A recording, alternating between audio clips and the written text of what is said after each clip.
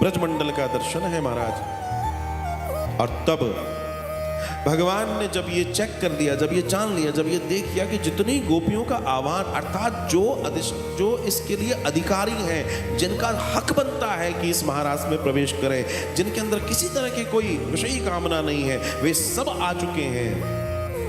तो भगवान बड़ी दिव्यता के साथ उन्हें देखते हैं और देखकर मुस्कुराते हैं। स्वागतम वो महाभागा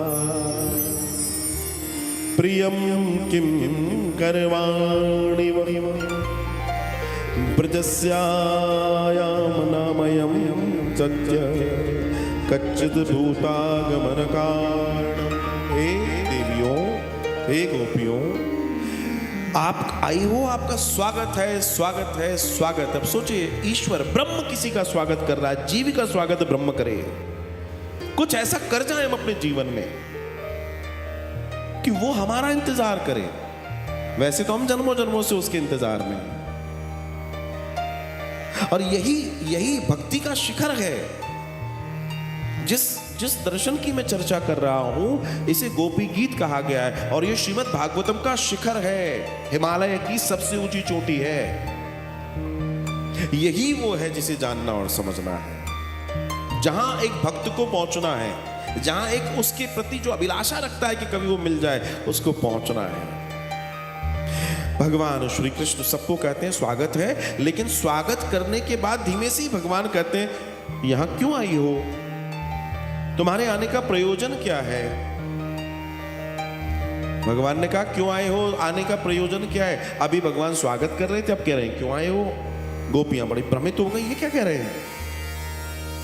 गोपियों ने कहा कि आप ही ने तो बुलाया है। भगवान ने कहा हमने कहां बुलाया, झूठ मत बोलो। अरे आप ही ने तो बांसुरी बजाई।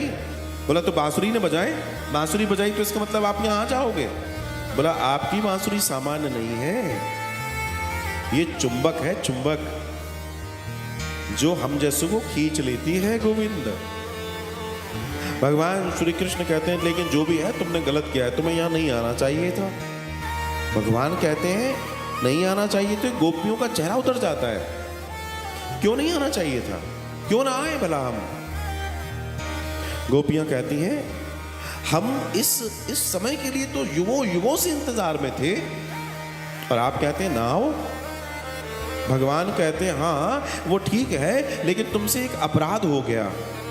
गोपियां डर जाती हैं, अपराध हो गया, कैसा अपराध हो गया। बोला इतनी रात्रि में स्त्री को अपने घर से नहीं निकलना चाहिए, ये अपराध हो गया तुमसे। गोपियां भगवान को देख रही हैं। भगवान कह रहे हैं हमें मत देखो, हमने कहा अपराध हो गया तो हो गया, इसका प्रायश्चित करो। गोपियां फिर भी खड़ी हैं।